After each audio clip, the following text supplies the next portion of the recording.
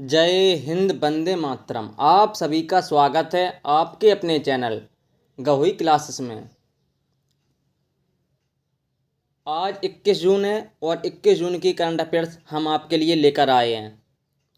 अगर आप किसी भी एग्ज़ाम की तैयारी कर रहे हैं तो ये क्लास आपके लिए बहुत ही महत्वपूर्ण होने वाली है, क्योंकि इस क्लास में current affairs plus static GK दोनों का निचोड़ मिलता है। अगर आप हमारे चैनल पर नए हैं तो प्लीज़ चैनल को सब्सक्राइब करें और वीडियो को अंत तक ज़रूर देखें और अपने दोस्तों को भी शेयर करें। चलिए शुरू करते हैं। आज का पहला क्वेश्चन है,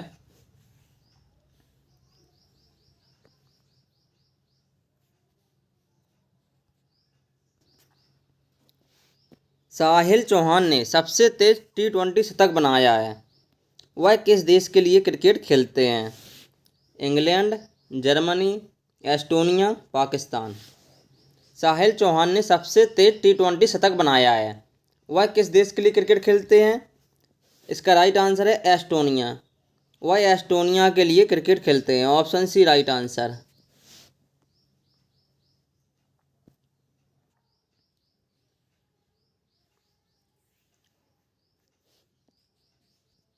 एस्टोनिया के साहिल चौहान कहाँ के? एस्टोनिया के। T20 इंटरनेशनल में सबसे तेज शतक लगाने वाले बल्लेबाज बन गए हैं। साहिल ने साइप्रस के खिलाफ 27 बॉल में, कितनी बॉल में? 27 बॉल पर सेंचुरी लगाकर नया वर्ल्ड रिकॉर्ड बनाया है। ये भी आपको ध्यान रखना है। महत्वपूर्ण करंट अफेयर्स। IPL 2024 का खिताब किसने जीता? ये जीता है कोलकाता नाइट राइडर्स ने, जिसे KKR बोलते हैं, KKR। ऑरेंज कैप किसको मिला है? ये मिला है विराट कोहली को। पर्पल कैप किसको मिला है? हर्षित पटेल को। ICC महिला T20 विश्व कप 2024 का आयोजन कहाँ किया जाएगा?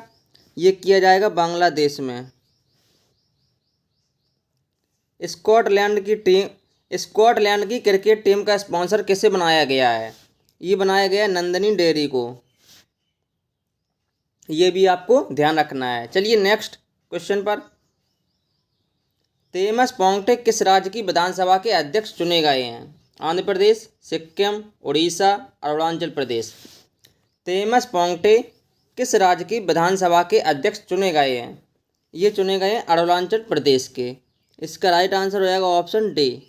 अरुणाचल प्रदेश के मुख्यमंत्री कौन है? पेमा खांडू। आंध्र प्रदेश के मुख्यमंत्री कौन है? चंद्रबाबू नायडू।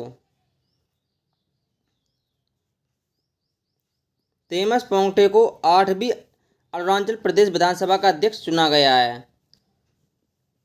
तेमस पोंगटे चांगलांग उत्तर विधानसभा क्षेत्र से निर्विरोध चुने गए हैं। ये भी आपको ध्यान रखना है। कैसे चुने गए? निर्विरोध।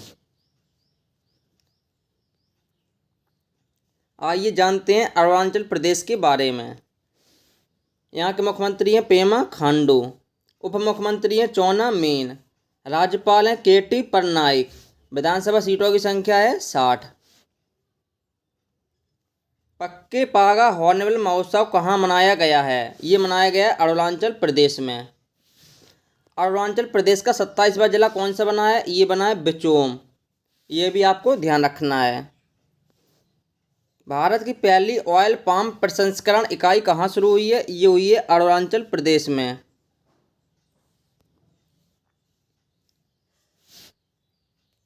नेक्स्ट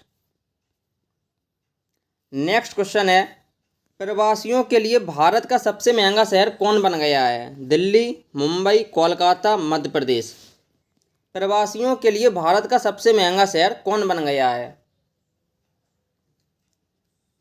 ये बन गया है मुंबई। इसका राइट आंसर हो जाएगा ऑप्शन बी।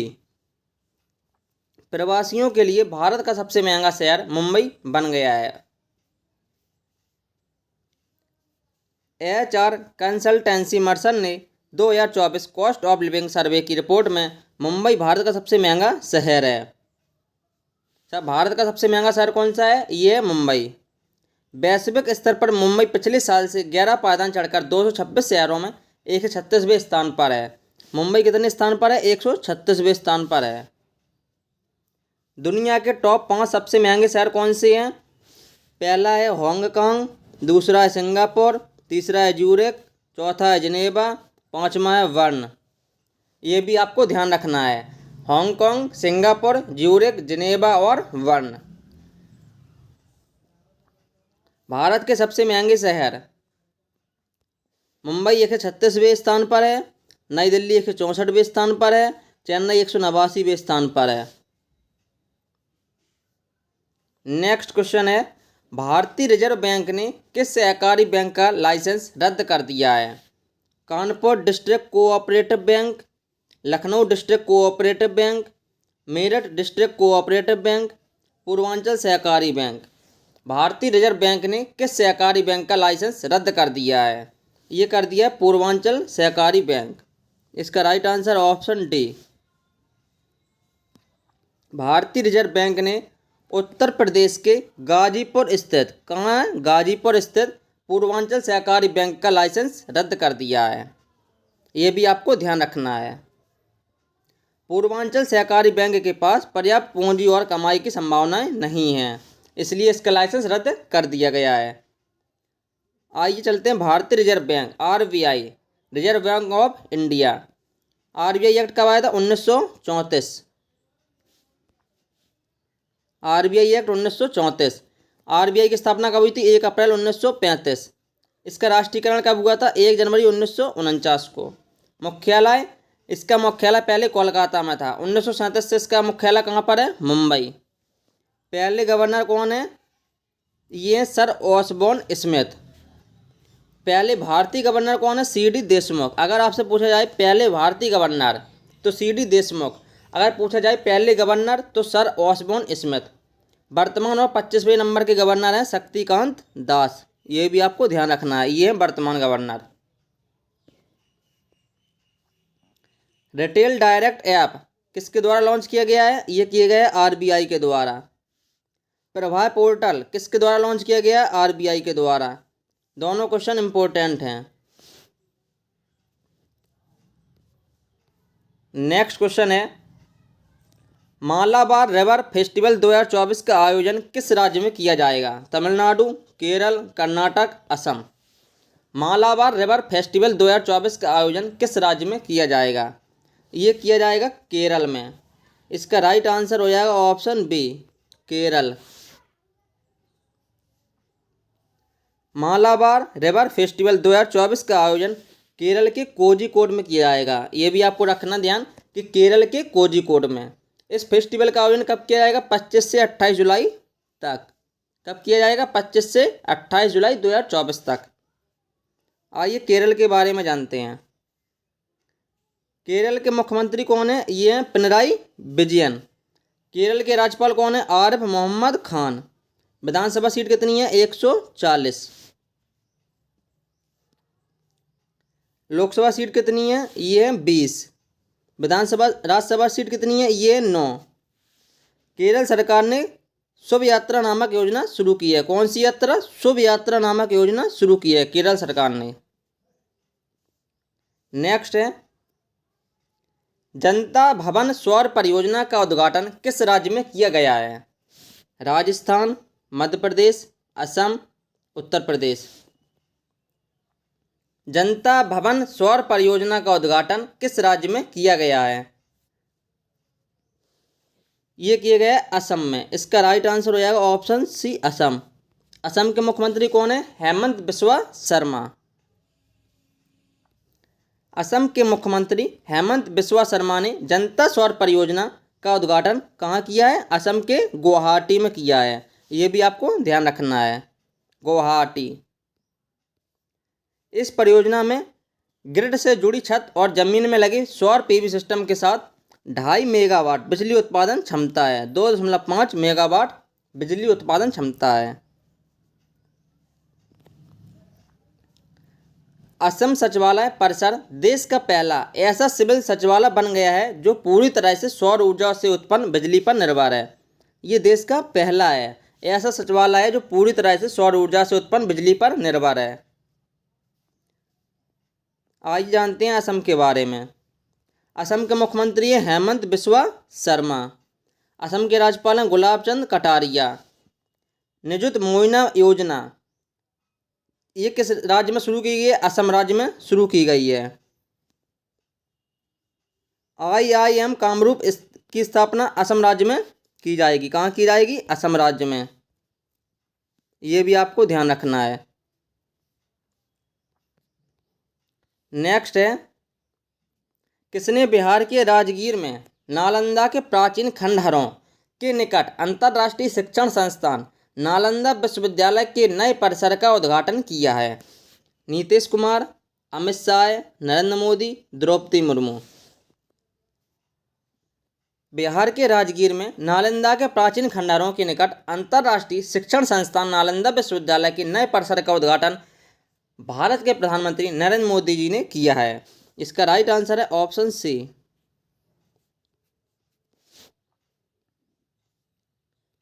प्रधानमंत्री नरेंद्र मोदी ने बिहार के राजगीर में नालंदा के प्राचीन खंडहरों के निकट अंतर्राष्ट्रीय शिक्षण संस्थान नालंदा विश्वविद्यालय के नए परिसर का उद्घाटन किया है। विश्वविद्यालय की परिकल्पना और भारत और पूर्वी एशिया शिखर सम्मेलन EAS के देशों के बीच सहयोग प्रणाली के रूप में की गई है। उद्घाटन समारोह में 17 देशों के मिशन प्रमुख, कितने देशों के? 17 देशों के मिशन प्रमुख सहित कई प्रतिष्ठित अतिथि शामिल हुए हैं। ये भी आपको ध्यान रखना है। इस विश्वविद्यालय की स्थापना नालंदा विश्वविद्यालय अधिनियम 2010 के माध्यम से की गई है। कब से इस विश्वविद्यालय की स्थापना? नालंदा विश्वविद्यालय अधिनियम, कौन सा अधिनियम था? 2010 का, उसी के माध्यम से की गई थी। नेक्स्ट क्वेश्चन है, विश्व शरणार्थी दिवस 2024 कब मनाया गया है? 18 जून, 20 जून, 17 जून, 14 जून। विश्व शरणार्थी दिवस 2024 कब मनाया गया है? ये मनाया गया है 20 जून को। इसका राइट आंसर हो जाएगा ऑप्शन बी, 20 जून को।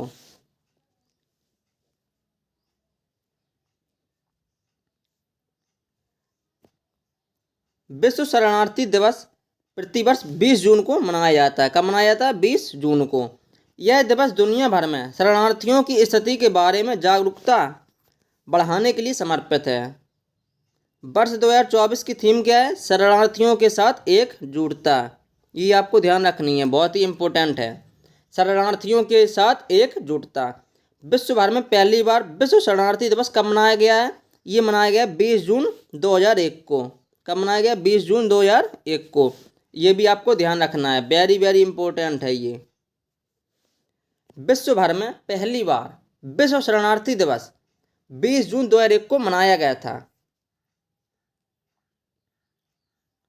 नेक्स्ट क्वेश्चन है, किसे वैश्विक पवन ऊर्जा परिषद GWEC इंडिया का नया अध्यक्ष नियुक्त किया गया है? उपेंद्र द्विवेदी, मनोज कुमार, गिरीश तांती, सुनील शर्मा। किसे वैश्विक पवन ऊर्जा परिषद GWEC इंडिया का नया अध्यक्ष नियुक्त किया गया है? ये किया गया गिरीश तांती को। इसका राइट आंसर हो जाएगा ऑप्शन सी, गिरीश तांती। सुजलोन के वाइस चेयरमैन, कहाँ के? सुजलोन के वाइस चेयरमैन गिरीश तांती को वैश्विक पवन ऊर्जा परिषद GWEC इंडिया का अध्यक्ष नियुक्त किया गया है। इसका उद्देश्य क्या है? इसका उद्देश्य है पवन ऊर्जा विकास को बढ़ाने में और देश के नवीकरणीय ऊर्जा को हासिल करने में मदद करना। वैश्विक पवन ऊर्जा परिषद GWEC, इसकी स्थापना 2005 में की गई थी। इसका मुख्यालय है ब्रुसेल्स, बेल्जियम।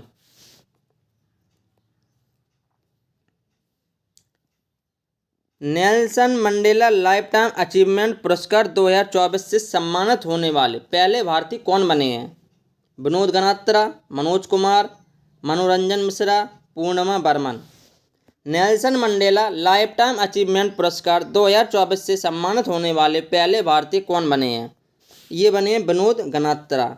इसका राइट आंसर हो जाएगा ऑप्शन ए, विनोद गनात्रा।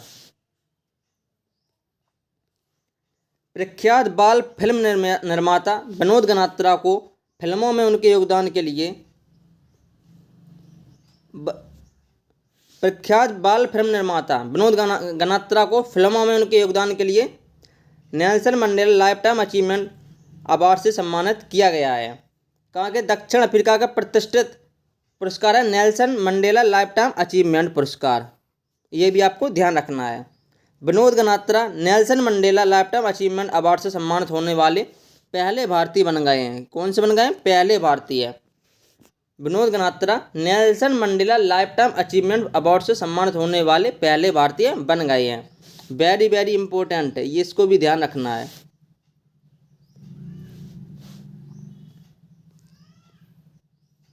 आइए जानते हैं नेल्सन मंडेला के बारे में।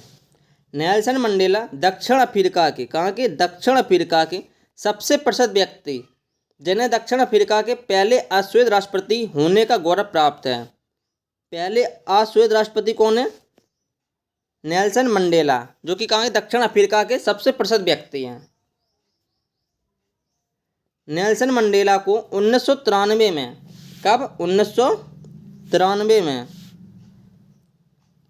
नोबेल शांति पुरस्कार से सम्मानित किया गया था। भारत सरकार ने उन्हें 1990 में देश का सर्वोच्च नागरिक पुरस्कार भारत रत्न से सम्मानित किया था। 1990 में भारत सरकार ने 1990 में देश का सर्वोच्च नागरिक पुरस्कार भारत रत्न से सम्मानित किया था और 1993 में नोबेल शांति पुरस्कार से सम्मानित किया गया था। उनके जन्मदिन 18 जुलाई पर नेल्सन मंडेला अंतर्राष्ट्रीय दिवस के रूप में मनाया जाता है। जो उनका जन्मदिन 18 जुलाई, उसको नेल्सन मंडेला अंतर्राष्ट्रीय दिवस के रूप में भी मनाया जाता है। ये भी आपको ध्यान रखना है, वेरी वेरी इंपॉर्टेंट।